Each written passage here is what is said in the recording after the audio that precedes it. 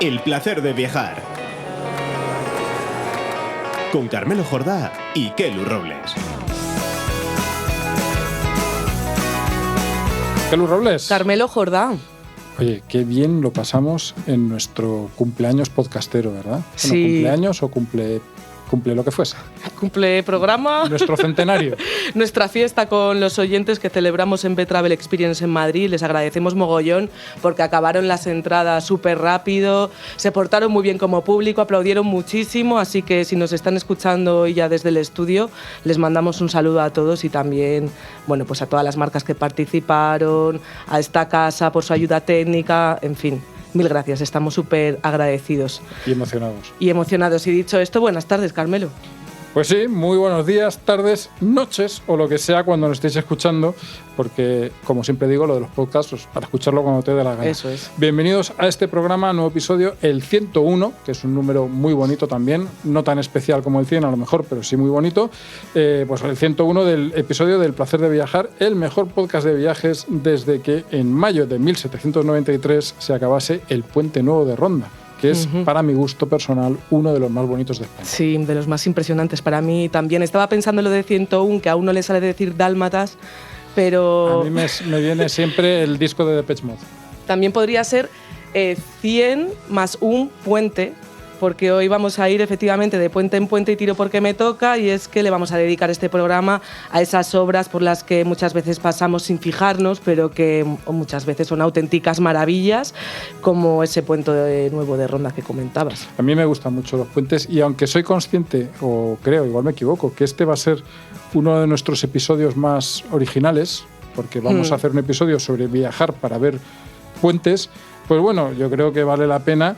Y no sé, a mí me parece que además lo vamos a hacer con un libro, iba a decir cojonudo, ya sabes que tengo la tendencia así a hablar un poco, con un libro excelente que es De Puentes por España, un paseo por 100 imprescindibles, escrito por Carlos Polimón y editado por Nómadas de Geoplaneta.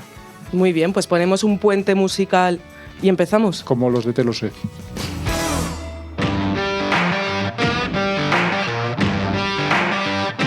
Tender puentes, puentear, el puente de la Constitución, el del 1 de mayo.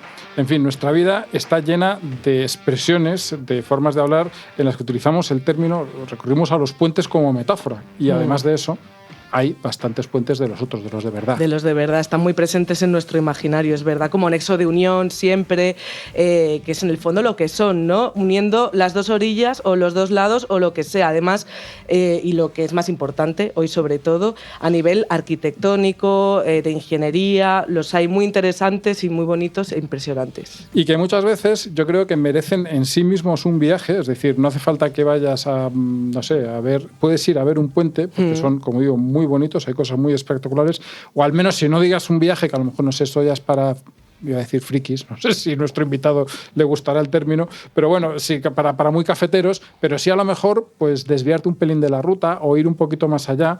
Y bueno, en fin, si te parece, dejamos de decir nuestras tonterías, que no decimos más que tonterías sobre puentes, y lo mejor es que diga cosas serias y rigurosas e interesantes un experto como Carlos Polimón, ingeniero de caminos, constructor y restaurador de puentes y, cómo no, autor de Puentes por España. Bienvenido a tu podcast, Carlos.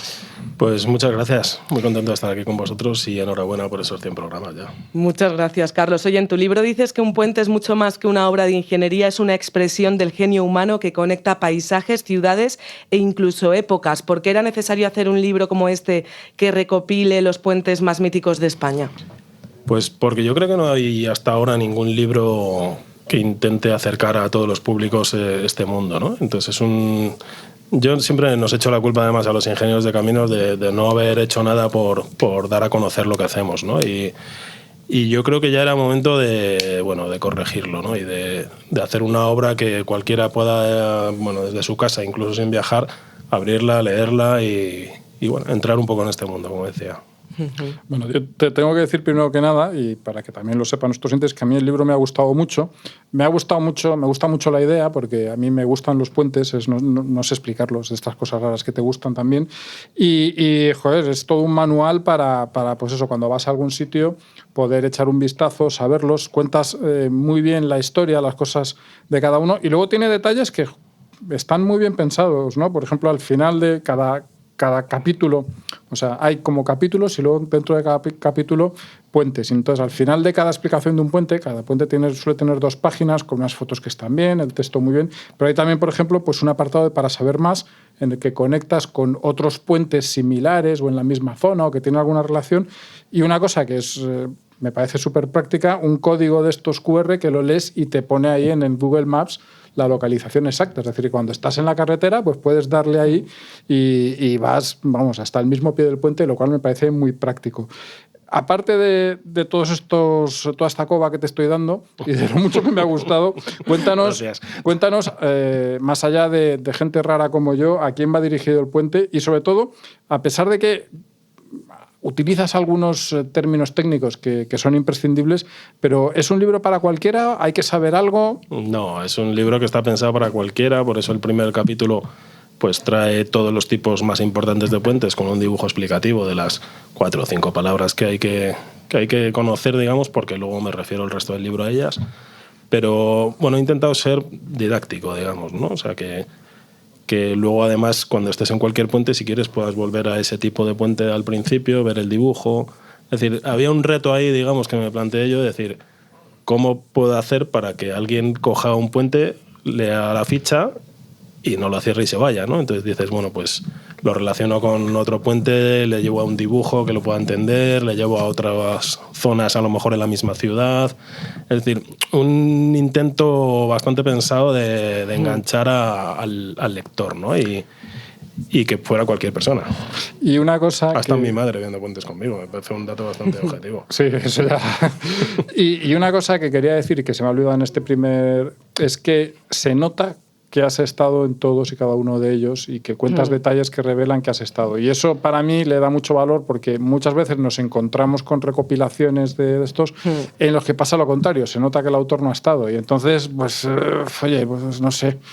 Pero es que a mí no me cabe en la cabeza que alguien haga un libro donde se proponen emplazamientos, sitios para ir a verlo y no haya estado. Me parece una falsedad un poco dura, ¿no? Si nosotros te contáramos. Ya, bueno, bien. Entonces, evidentemente, estaban todos y además, como a mí no me importa que me llames friki, además, o sea, te lo digo, porque soy de esto y de muchas otras cosas, ¿no? Entonces, como yo lo hago por placer y yo esto viajaba antes de que me propusieran el libro, pues sé que un puente no es un cuadro, no tienes un sitio seguro donde te puedes poner delante y puedas observarlo y estás seguro que si vas lo ves. Hay muchos puentes que no han entrado en el libro porque no había un sitio donde ponerse. Es decir, no puedes parar encima, no tienes un sitio desde donde tener un buen mirador o para apreciarlo, ¿no? Y claro, yo, aunque solo fuera por vergüenza torera, decir, no, ¿cómo voy a mandar a alguien sin haber comprobado yo que se puede ir, ¿no? Claro, lugares seguros donde pueda ir todo el mundo por lo menos a disfrutarlo. Soy ingeniero, me dedico a eso en mi profesión además y yo hago lo que sea, pero claro, no puedes mandar a cualquier persona. Y de hecho el QR lo que te lleva es a un sitio donde tú puedes ver el puente. O sea, a veces no te lleva al mismo puente, sino a un mirador o un sitio donde puedas contemplarlo. Has dicho que está dirigido a todos los públicos este libro de Puentes por España. ¿Ha sido un esfuerzo muy grande para ti, alguien que está muy especializado en algo, que es muy experto en algo, poder comunicarlo para todos los públicos? Es decir, un poco deshacer ese pensamiento y todo ese conocimiento para traducirlo. Has comentado antes los dibujos de Lara Rueda, por cierto, que están muy bien, donde aparecen los elementos fundamentales que uno debe saber de un puente. ¿Cuáles son esos elementos? ¿Y ha supuesto para ti un esfuerzo muy grande pues es que es hacer esa tarea de comunicación? Que llevo haciendo años. Sí. Porque yo allí, por el 2016, empecé a contar cosas en lo que antes se llamaba Twitter y pensé, venga, voy a contar cosas, ¿no? Y dices, ¿a quién puedo llegar? Pues no hay límite. Una red social, en principio, puede no haber límite, ¿no? Luego ya lo que llegues. Pues empecé a hacer una especie de criba del lenguaje. Es decir, si quiero llegar, no puedo utilizar este término. Si quiero, ¿no? Entonces es un trabajo ahí más de escritura que de ciencia, digamos. Y a mí desde hace muchos años me di cuenta y además leo muchos informes de gente de mi profesión de ingenieros y somos barrocos totalmente. O sea, le damos una vuelta para contar las cosas y tal, como si necesitaras demostrar que tienes mucho conocimiento, ¿no? Entonces, desde hace muchos años vengo intentando limpiar el lenguaje, ¿no? Y el decir, ¿qué quiero decir? digo esto, no me adorno, no tal. Y entonces, todo eso sí que ha ayudado y la experiencia en redes sociales me ha venido muy bien, la verdad. Que la gente que nos escuche que sepa que esas redes sociales son en lo que antes era Twitter, como has dicho, @TheGeneral. The General, sí. Y en Instagram, TheGeneral, John Gray. John Gray o Johnny Gray, sí.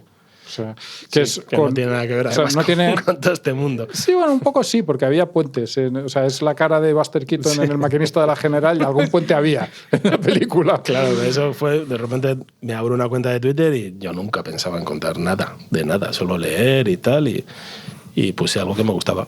Cine mudo, Buster Keaton. Sí, bueno, un grado de friquismo bastante aceptable. Claro, eso te decía. Y luego, ¿para qué cambiarlo? ¿No? Sí, no, además una vez ya empiezas a tener seguidores. Has dicho antes que uno de los criterios para elegir los puentes era que efectivamente se pudiesen visitar, por decirlo así, y la verdad es que está muy bien porque eso va a completar, yo creo, que la experiencia de muchos de tus lectores. Pero habrá otros criterios que sean importantes a la hora de decir cuáles son los 100 mejores puentes de España visitables. Y aparte de eso, a mí me ha sorprendido, no te voy a decir que me sorprenda la cifra, pero leyendo tu libro me da la impresión de que en España tenemos muchos buenos puentes. ¿Es una impresión mía o sí que es cierto que realmente, oye, en eso somos un país puntero? Es así porque España es un país con una orografía terrible. Es decir, no tenemos ríos muy anchos. Mira lo que se convierte el Tajo cuando llega a Lisboa o el Duero cuando llega a Puerto. Bueno, pues aquí no. Entonces no son puentes nunca que son muy grandes, pero son puentes de bastante complejidad y tenemos un patrimonio brutal. O sea, de hecho, yo no sé si lo puse en el libro, pero si quieres ver puentes romanos, vente a España. ¿Sabes? Igual que se habla muchas veces, ¿no? ¿Quieres ver templos griegos? Vete a Sicilia. Pues para puentes romanos nosotros tenemos una colección estupenda. Y así es con el resto, ¿no? Como te digo, son puentes no demasiado grandes, pero que están muy bien, la verdad. Tenemos un patrimonio impresionante. ¿Y cuáles han pasado los filtros? ¿Qué era lo que buscabas un poco? Pues mira, en primer lugar, como decía, que se pudieran ver. En segundo lugar, pues por parte de la editorial querían puentes por toda España. Que eso no ha sido un problema. De hecho, me lo preguntaron y dije, no. O sea, tuve problemas, por ejemplo, en las Islas Baleares. Ahí tienes más problema porque, bueno, pues no hay tanto donde poner un puente, ¿no? Pero, y el tercer requisito ese ya ha sido mío. Es decir, yo he tenido una especie de obsesión en este libro que es, vale, es un libro de viajes, pero quiero intentar que te lo leas en el salón de tu casa entero. ¿Sabes? Que no tengas que esperar a decir, voy a Salamanca a ver qué puentes había puesto este paisano en su libro, ¿no? Entonces, eso ya me llevó a organizar la información en diversos capítulos y a intentar transmitir en cada capítulo una idea. Y llevar un puente que cumpliera con esa idea. ¿Sabes? Fue un poco al revés. No elegir 100 puentes y ver qué cuento, sino llega un momento que ya empiezo a contar ideas y me traigo los puentes que creo que lo representan bien. Sí, eso llama mucho la atención una vez que abres el libro, porque uno se imagina cuando ve este tipo de libros que enumeran algo, 100 puentes, 100 ciudades, siempre suelen organizarse, es verdad, a nivel geográfico. Claro. Y en cuanto lo abro, ya hay también una declaración de intenciones donde pues eliges, por ejemplo, los tipos de puente, le dedicas uno de los episodios, los puentes en la historia. Y este que me encanta, por el que te tengo que preguntar, y que, claro, yo hasta que me he encontrado con tu libro es cierto que no tenía muy claro, y es ¿qué es un viaducto? Para que se enteren también los oyentes, porque yo creo que esta información os va a venir muy bien diferenciar entre puente y viaducto, ¿qué es exactamente un viaducto? Es una cosa que te diré que ni muchos ingenieros de caminos lo tienen claro, ¿eh? O sea, bien. No, es verdad. O sea, esto se lo he explicado a compañeros de profesión muchas veces, además. Y en el fondo la respuesta es bastante sencilla, pero bueno, simplemente no hemos reparado a lo mejor, ¿no? Todos son puentes. Además, yo siempre lo digo, si tienes que decir, di puente y no vas a fallar, ¿sabes? Pero vale. Dicho esto, el puente es el término histórico que se utiliza para cruzar normalmente un río. Es decir, si pensáis en una ladera de una montaña con esas carreteras regionales que van serpenteando por toda la ladera, llega un momento que se acerca a un punto donde quizá está más cerrado el valle y puede pasar mejor el río.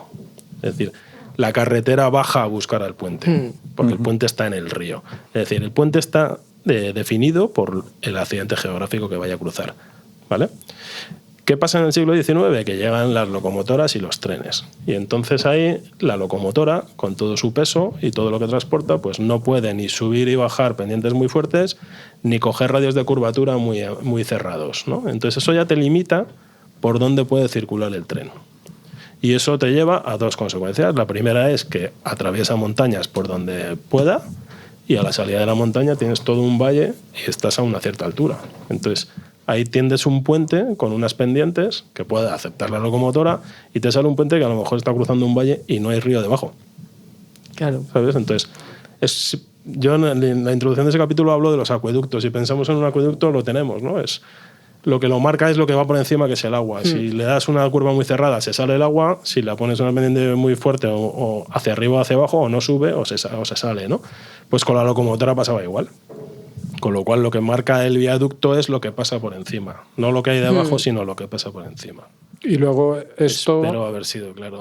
Sí, está bastante bien. totalmente. Luego esto Estoy súper feliz de saberlo ya. Se traslada también a las autovías, ¿no? Que tienen también ciertas de estas limitaciones, no como una carretera normal, pero sí, o sea, no tanto como la vía de tren a lo mejor, ni tampoco como una carretera normal, pero sí que hay unas limitaciones de... No son tan exigentes, pero es lo mismo. Si quieres circular a 120 km por hora, pues tienes unas limitaciones en el trazado que te llevan lo mismo a viaductos, ¿no? Por cierto, fíjate lo que son las casualidades. Yo creo que hace como 2-3 semanas hablábamos en este mismo podcast de uno de los viaductos que pones en tu listado, que es el de Sant Jordi en Alcoi, que es uno de mis puentes, puedo decir puentes, puentes. Es uno de mis puentes favoritos, porque además es donde vive parte de mi familia es de por allí, y es un puente que lo he visto toda la vida y siempre me ha parecido un puente precioso. Es muy bonito, es un puente art déco, de hecho, Alcoy es la autodenominada ciudad de los puentes. Sí, es que tienen muchísimos. Pero yo creo que se lo autodenominan, ¿eh? Sí, pero a ver, voy a defender a los alcoyanos aquí, que si no luego además me pueden carear, como esté por ahí algún día. Es que tiene muchísimos puentes. Es decir, yo creo que debe haber pocas ciudades en España con un ratio de tantos puentes por habitante.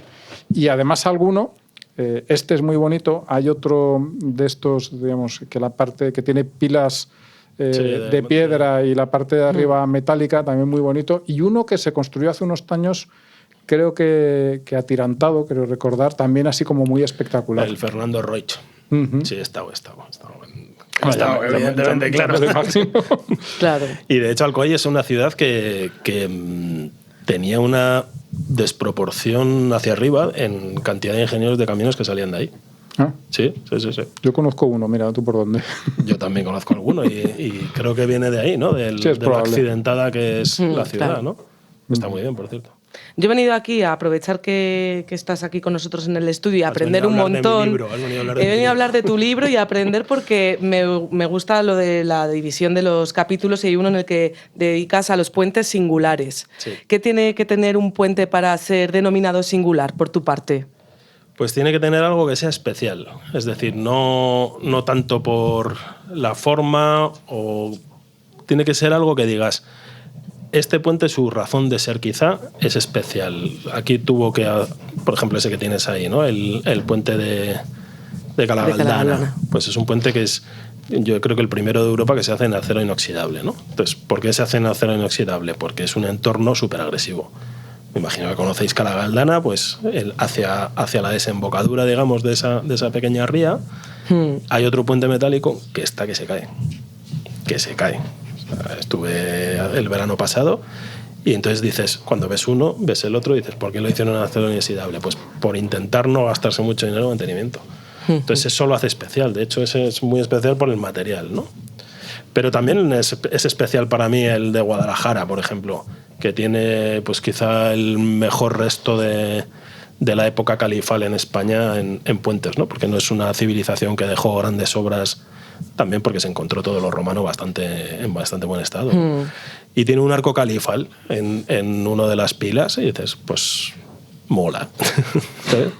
En esa red social que comentábamos podrías, aquí, claro, el libro es en positivo, pero también hacer una lista de esos puentes que han sido una verdadera catástrofe, modernos, antiguos, lo que sea, sí, pero... Porque los ingenieros presumen de como mucha ciencia, pero yo leyendo el libro me da la sensación de que aquí es casi todo prueba y error. O sea, se ha caído este puente, vamos a ver qué hacemos en el siguiente. Históricamente sí, históricamente realmente es prueba y error. De hecho, siempre se dice, ¿no? Los puentes que nos han llegado estaban mal calculados. para empezar no estaban calculados, ¿no? Pero eran demasiado grandes para su época. Bueno, hubo mucha prueba y error hasta casi el siglo XIX. Hay otro capítulo que a mí me ha gustado mucho y que yo creo que a nuestros oyentes les encantará, que es el de puentes de récord. Y recoges 10 puentes españoles que han batido en su momento récords o que algunos incluso todavía los sostienen. Cuéntanos alguno de ellos, por ejemplo el de Barrios de Luna, que es un puente absolutamente espectacular, que es leonesa, claro. Sí. Y es uno de los enclaves mirador prácticamente también para ver toda esa zona. Claro, ahí el QR te lleva al mirador del embalse. Claro. Barrios de Luna es, yo alguna vez lo digo y suena un poco exagerado, ¿no? Pero yo creo que es el puente más importante de España desde el siglo II. Uy, no está mal. Sí. Desarrolla esa respuesta. Justifica esa respuesta. Sí. O sea, es un puente que para mí es bastante emocional, ¿eh? O sea, es una obra del ingeniero Javier Manterola, que es probablemente el gran diseñador de puentes de la historia de España, murió hace poco además. Y para mí es histórico porque viene, si nos fijamos solo en el siglo XX, viene a romper lo que son 4 décadas más o menos de nada, de vacío, desde la guerra civil hasta casi los años 70, principios de los 80, ¿no? Y justo es del 83, se abre en el 83 y antes se había hecho el puente de la vía de la Ría de Vigo, que está en Portada, de hecho, el puente de Rande. Y cuando se hace el puente de Rande en los 70, el ministerio no se fía de los ingenieros españoles. Llevamos 4 décadas de no tener suficientes oportunidades como para tener la técnica a punto. Y entonces el puente de Rande, en su primera versión, porque ahora en la Portada está ampliado, pues se pide a todas las ingenierías españolas que vaya con alguien internacional para hacer el puente difícil, que es el atirantado de mitad de la ría, ¿no? Entonces, de lo que va del 70 y algo de Rande al 80 y poco de Barrios, se fían ya de la ingeniería española, y no solo eso, sino que Javier Manterola bate el récord del mundo de puente atirantado en ese momento, ¿no? Entonces es como una explosión de decir, hemos vuelto. La ingeniería española ha vuelto después de, por desgracia, muchas décadas de no haber podido hacer nada, ¿no? Y ahí, de hecho, lleva el nombre del ingeniero Fernández Casado, que es uno de los que le sufrió la guerra, y bueno, pues es muy emocional. Además, es un puente muy bonito. Sí, es espectacular. Sí. Es un puente, además, que cuando lo atraviesas te transmite una cierta experiencia, ¿no? O sea, sí. No es simplemente pasar un puente, sino que, no sé, de alguna forma es un momento especial. Sí, es un poco lo que cuento ahí, ¿no? O sea, es un puente que da esa experiencia de estoy por encima del embalse. De repente, no sé qué ha pasado aquí, pero estoy por encima del agua, ¿no? Que son 2 o 3 detalles técnicos que luego es muy raro que se vuelvan a repetir en puentes atirantados posteriores y que te hacen esa sensación, ¿no? No tienes una rampa muy fuerte para llegar al puente que te dé la sensación de estoy entrando en un puente, ¿no? Entonces tú vas por ahí, has salido de un túnel hace nada, a la derecha, giras la curva a la izquierda y dices, anda, estoy encima del agua. Entonces, son detalles técnicos, curiosamente, pero la sensación que transmite es esa, estoy sobrevolando por encima del agua. Has hablado ahora de épocas, de tipos de puentes que durante un tiempo no se usan, y yo quería preguntarte si, más allá de que obviamente hay avances técnicos, ¿no? Y descubrimientos que se van haciendo a lo largo de la historia, entonces de repente los arcos pasan de ser así a ser asá, y eso cambia todo y da otras posibilidades, pero aparte de eso, también, no sé, imagino, si quizás hay modas, ¿no? Dentro del mundo de los puentes que, pues eso, durante unos años se utiliza más un tipo de puente, otro, es decir, porque no siempre habrá solo una solución para un sitio. No, hay algunos sitios que realmente solo tienen una solución, pero son los menos. Entonces, sí que es cierto, por ejemplo, que desde que empiezan los puentes atirantados como Rande, Barrios y tal, a principios de los años 50 en Alemania, en España empiezan a hacerse realmente a finales de los 70, a principios de los 80, y cuando todos los ingenieros españoles empiezan a dominar el atirantado, es que como todo el mundo tiene que hacer un atirantado, ¿sabes? Tienes que no sé, poner esa muesca. Me van a apreciar mucho por esta frase, pero realmente todo el mundo quería un puente atirantado porque era lo más impresionante. Y se puede hacer en un sitio que no sea tan grande, ¿no? Un puente colgante, por ejemplo, o leas, yo qué sé, San Francisco, no puedes meterlo en un sitio pequeño, ¿no? Pero el atirantado sí se deja bueno, pues manosear más, ¿no? Y entonces sí que hay una tendencia a hacer puentes llamativos, y el atirantado en ese momento ha sido el más llamativo, ¿no? La moda ahora es crear iconos, la imagen. Sí, Bueno. O sea, y la impronta del ingeniero también es importante. O sea, también cada uno puede dejar ahí un poco su firma en el sentido estético. Eso es. Pero nuestros oyentes tienen que saber, porque ellos no lo ven como nosotros, que cuando ha dicho lo de crear iconos, ha puesto una cara como de no excesiva satisfacción. Por decirlo de una forma crear seria. la postal, ¿no? Exacto, no me ilusiona, ¿no? Ya veo, ya. No. Pero, en cambio, sí que hay algunos puentes, o bastantes puentes muy icónicos en tu libro. Sí, pero porque yo no creo que haya que derrochar o hacer fuegos artificiales para crear un icono, ¿no? Entonces, por menos ejemplo, es más, ¿no? Estamos aquí. Bueno, más o menos, sí. Más o menos. Entonces, el de Zamora, por ejemplo, que está en el libro, que es el Puente de los Poetas, es un puente que básicamente lo que lo define son los agujeros circulares que tienen en todo el puente. Y en ese emplazamiento, pues el diseñador quería meter un puente atirantado. Y entonces pues hubo ahí un más y un menos, y no le dejaron porque no querían tapar el skyline, digamos, románico de Zamora. Y ha quedado un puente estupendo, maravilloso, comedido, pero que para mí es un icono también. O sea, que el icono no necesariamente... Yo te quería preguntar también si en esto de los puentes el tamaño importa, pero desde este punto de vista... El tamaño no importa siempre, pero pues los puentes mucho, de hecho, porque lo que los separan, el tamaño del arco, el tamaño del vano, todo eso es importante. Estoy pensando, yo hace poco he estado en Verona y los puentes allí tienen una importancia increíble porque es una ciudad circundada por el río. Claro. Y hay uno que siempre, el puente de Castelvecchio, de él siempre se cuenta que es muy singular porque los arcos que lo sustentan, ahora los pilares, como se llaman técnicamente, lo estaré diciendo fatal, No te has leído mi libro. Claro. Son irregulares, no me lo he aprendido, pero son irregulares. Entonces hay pocos puentes en el mundo, por ejemplo, que muestren esa imagen irregular de la distancia de los pilares. Y aquí también, llegado a este punto de cada uno pensar en su puente favorito, tenemos que hacer que te mojes.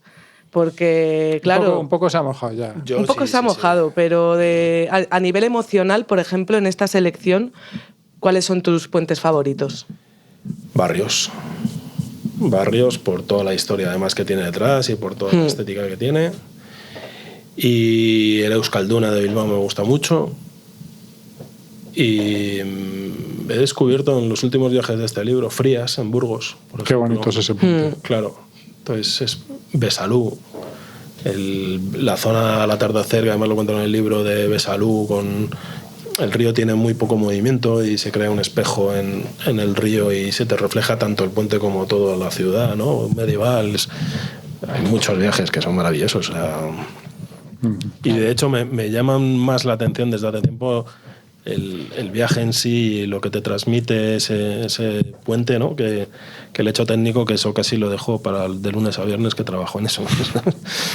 Bueno, Claro. como hoy es jueves, yo quiero también preguntarte desde el punto de vista del ingeniero, es decir, cuando llegas allí y empiezan a aparecer los números en tu cabeza y ves las cosas, ¿cuáles son los puentes de España que realmente, aparte también del de Barrios, que ganan todas las categorías, Sí. ¿qué puentes crees que llaman la atención y que la gente, a lo mejor cuando los vea, puede, sabiéndolo, apreciar un poco esa habilidad, esa grandeza o esa maravilla? Yo creo que Rande es muy apreciable. En Rande está el que llaman en redes sociales, además, y ellos pues lo ponen ahí, el mejor banco del planeta. El mejor banco del mundo. Está, sí.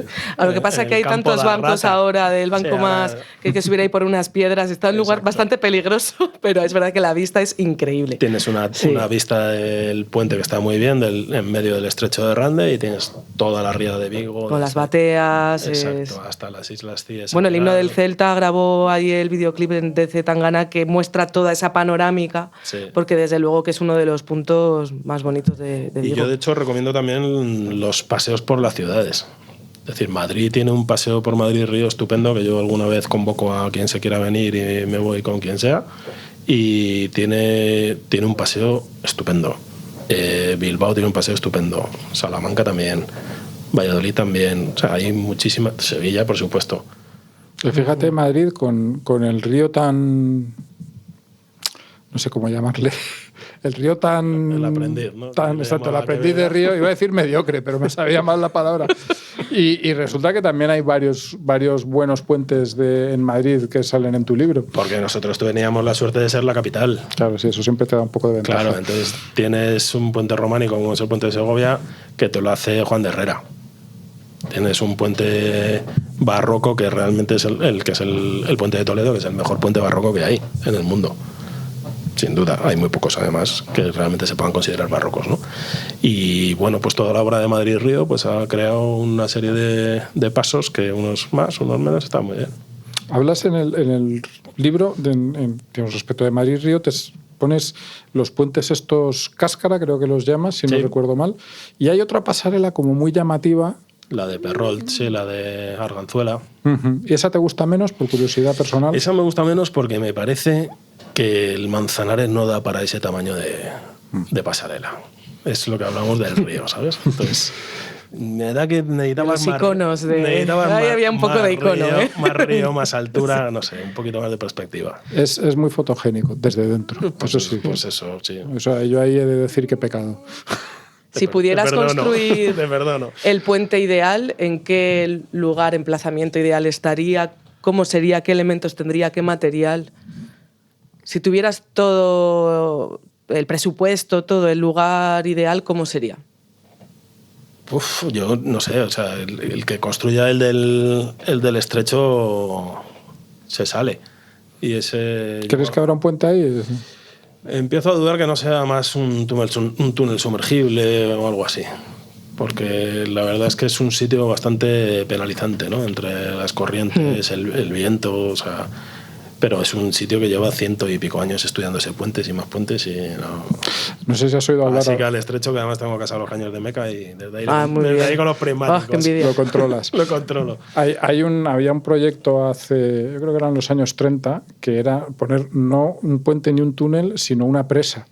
Y a partir de ahí desecar una parte enorme del Mediterráneo. Lo vi. Que era una cosa loquísima, digamos, muy poco practicable en nuestra época, sí. Pero que en su día fue un proyecto planeado en serio. Nos parece hoy que lo pensaron, de verdad. Sí, no, que no era una locura de unos... Pero a mí eso es de las cosas que me gustan de la época hasta las guerras, ¿no? Hasta la Segunda Guerra Mundial, la Guerra Civil.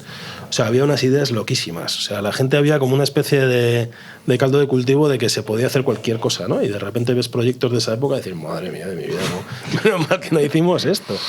Sí, pues te imaginas que lo hacen. Ya ves. Oye, a lo mejor el mundo era mejor hoy en día, eso tampoco lo podemos saber. Has mencionado varias ciudades, pero este es un podcast de viajes, así que tenemos que profundizar un poco en eso. Y yo necesito que le digas a nuestros oyentes, oye, si queréis pasaros un fin de semana, por supuesto viendo otras cosas, pero muy centrados en los puentes, 2, 3 sitios, ciudades o zonas, porque hay algunas zonas en las que... Bueno, hay, por cierto, en el libro, que no lo hemos dicho en las primeras páginas, un mapa con las localizaciones, y hay algunas zonas, por ejemplo, has estado hablando de Rande, de la Ría de Bió, pues en las rías hay varios puentes, en Bilbao lo has comentado. Entonces, dinos, ¿qué zona recomendarías tú para un fin de semana de puentes? O un puente de puentes. Un puente de puentes. Teníamos que decirlo. De eso, no pasa nada. Yo he hecho algunos de esos, de hecho. O sea que, pues Galicia es un sitio estupendo. Así en general, eso también, la verdad es que sí. Pero Galicia tiene muy buenos puentes, muy grandes. Toda la zona de, efectivamente, Pontevedra también tiene un muy buen paseo de puentes. La Ría de Vigo, con los puentes de Redondela también. Está el del río Silleda, Letuí, que es un puente estupendísimo, con las garitas todavía de la frontera ahí antiguas. Y toda esa zona te puedes meter ya hasta Orense, al Romano de Vivey. Galicia tiene, bueno, ya es incluso para un fin de semana te quedas corto, ¿no? O sea, te quedas largo de puentes, corto de tiempo, pero eso sería una muy buena recomendación. El Córdoba-Sevilla también es muy interesante, por ejemplo. Es que ahora mismo te coges el mapa y el Salamanca-Valladolid, o empiezas, yo hice una ruta de una ponencia hace tiempo, porque a mí, yo qué sé, hago estas cosas, ¿no? En la Escuela de Caminos y hice una ponencia que se llamaba Los Puentes Pata Negra, ¿no? Y entonces que esa es una ruta que recomiendo. Entonces empezabas en Mérida, con el puente del siglo I antes de Cristo, que es un puente estupendo, el romano. Mérida además tiene un paseo de ingeniería brutal, con el acueducto, con el otro puente romano que tiene. Es decir, es ya en sí un sitio que merece mucho la pena el paseo. Te coges el coche y vas subiendo hacia Salamanca. Entonces paras en Alcántara, que es el mejor puente romano del mundo. Paras en Alconétar, que tiene también unos restos de puente romano que están muy bien. Es decir, te haces toda la subida por toda la zona del jamón ibérico. Bueno, vamos combinando, oye, ¿no? Y acabas en Salamanca, que también tiene un puente romano y un puente metálico estupendo. Y muy buen jamón. Y muy buen jamón, claro. No sé si será este podcast un pata negra, pero que hemos exprimido a Carlos para que nos cuente todo sobre su libro de Puentes por España, un paseo por 100 imprescindibles. Nos queda una pregunta. A ver, que la del además millón. la ha puesto él en bandeja, porque acabas de decir, y lo dices en tu libro también, que el puente de Alcántara es el mejor puente romano del mundo. Yo te he de decir que y de aquí no me bajo. No. Nos encanta que esa sea tu opinión. Yo tengo que decirte que yo he ido a ver el puente de Alcántara. Has peregrinado a Alcántara. Sí, y ya que estaba allí he visto otras cosas y resulta que es un pueblo muy interesante. Pero he ido allí por ver el puente, literalmente. Y quiero que le expliques a nuestros oyentes por qué es el puente romano más importante, no de España, sino de todo el mundo. Del mundo. Sí. Además, me gusta mucho que esté en una carretera que tiene muy poco tráfico, alejado de todos los centros, de las rutas comerciales, porque hay que ir. Pero todavía pasan hay que peregrinar. Trailers por encima. Eso le queda un año. No, pero todavía. Es decir, que 1800 años después, más o menos, siguen pasando camiones de estos de 12 ruedas por encima del puente de Alcántara y ahí está el tío. Y el puente no se entera. Pues básicamente por dos motivos. O quizá el más importante es por la altura del puente. Es decir, el puente está 50 metros por encima del Tajo, ¿vale? Entonces tú cuando de repente llegas allí, a mí me gusta mucho imaginarme... o intentar, ¿no?, ponerte en la situación del que lo utilizaba al principio, ¿no? Entonces te imaginas pues por esa carretera que serpentea por las dos laderas y un paisano de la época de los romanos llegar allí y encontrarse un puente de 50 metros de altura. O sea, ahora mismo el efecto que podría producir es similar a un puente muy, muy grande que podamos ver nosotros, ¿no? Un San Francisco incluso, por el cambio de escala, ¿eh? Hay que pensar que en esa época el cambio de escala no debía ser tan importante, ¿no? Y claro, dices, ¿cómo narices hay un puente de 50 metros de altura justo en el Tajo? Que además tiene una pila en el centro del cauce, que es lo que no se debe hacer, ¿no? Y entonces, pues hace no mucho,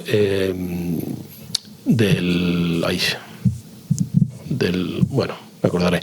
Hicieron una investigación y encontraron que había habido un puente anterior, que ya se lo había llevado el río. Y entonces, cuando de repente desaguan la presa que hay aguas arriba, la de Alcántara, que es impresionante también, te das cuenta de que el agua del Tajo llega justo hasta donde es a mitad de Arcos. ¿Y esto cómo lo sabían, no? Bueno, pues porque ya habían tirado varios puentes ahí, por lo menos uno.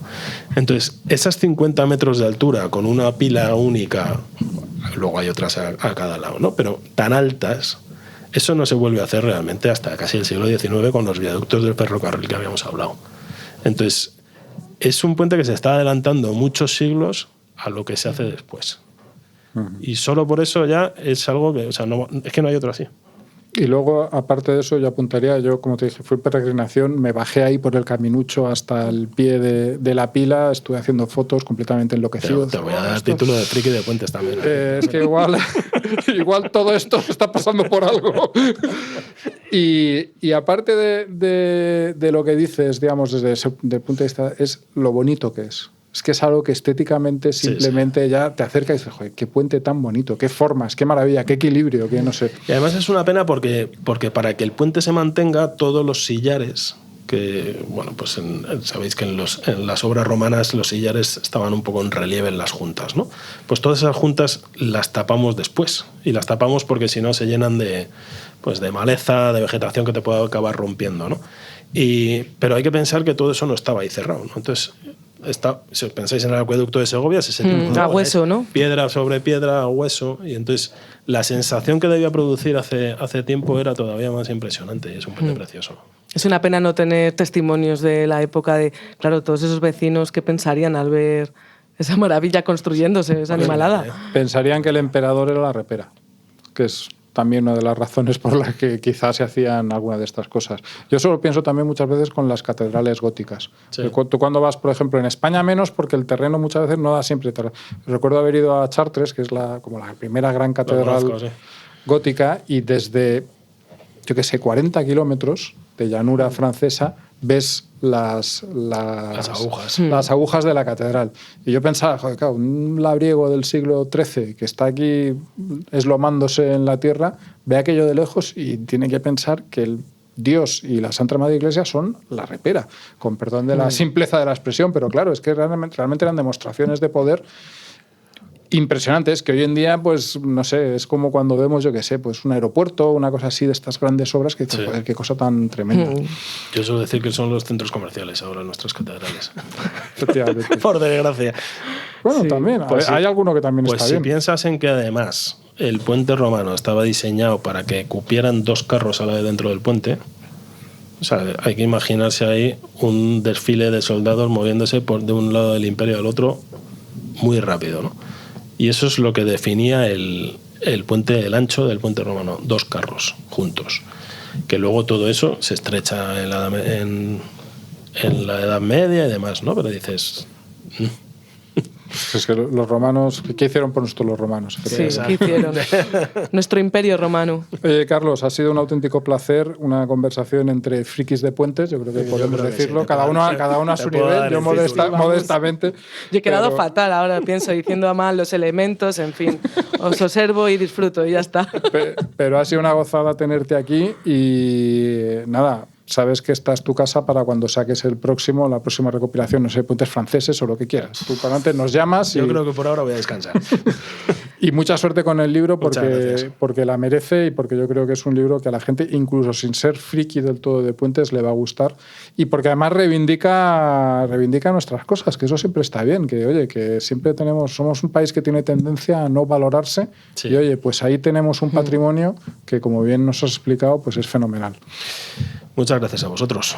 Vamos a recordar a los oyentes los datos rápidos del libro para que lo busquen en las librerías. De Puentes por España, un paseo por 100 imprescindibles, de Carlos Polimón, editado por Geoplaneta Nómadas. Y recordémosles también que tienen, si no lo han hecho todavía, lo cual sería altamente imperdonable, que vernos en YouTube, cómo fue ese especial. Vernos las caras, porque en YouTube siempre estamos, pero solo en voz. Pero no nos ven, no nos ven, que nos pusimos elegantes. Ahora tienen la oportunidad, cada uno digamos, en la medida de sus posibilidades, las mías escasas, pero bueno, allí estuvimos, se ve la gente, se ve lo bien que lo pasamos, sí. Y que lo busquen en el YouTube de Radio y que, vamos, yo creo que les va a encantar y bueno, a lo mejor pues esa curiosidad que tienen por cómo somos, pues nada, ahí salimos. Y hace que nos encontremos pronto con nuestros oyentes, porque una cosa que nos dijeron fue esa de a ver si repetís pronto y os vamos a ver en otro sitio más grande, con nos ha escrito más show. Nos ha escrito gente diciendo que no pudo venir, pero que tenemos que hacerlo más veces.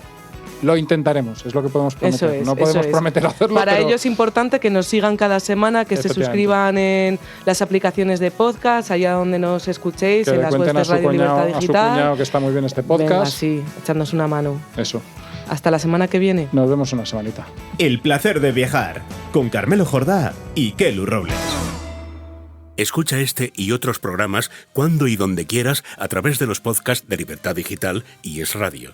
Instala nuestra aplicación para iOS o Android. Entra en nuestra web Es Radio FM o búscanos en iVoox, Apple Podcast o Spotify.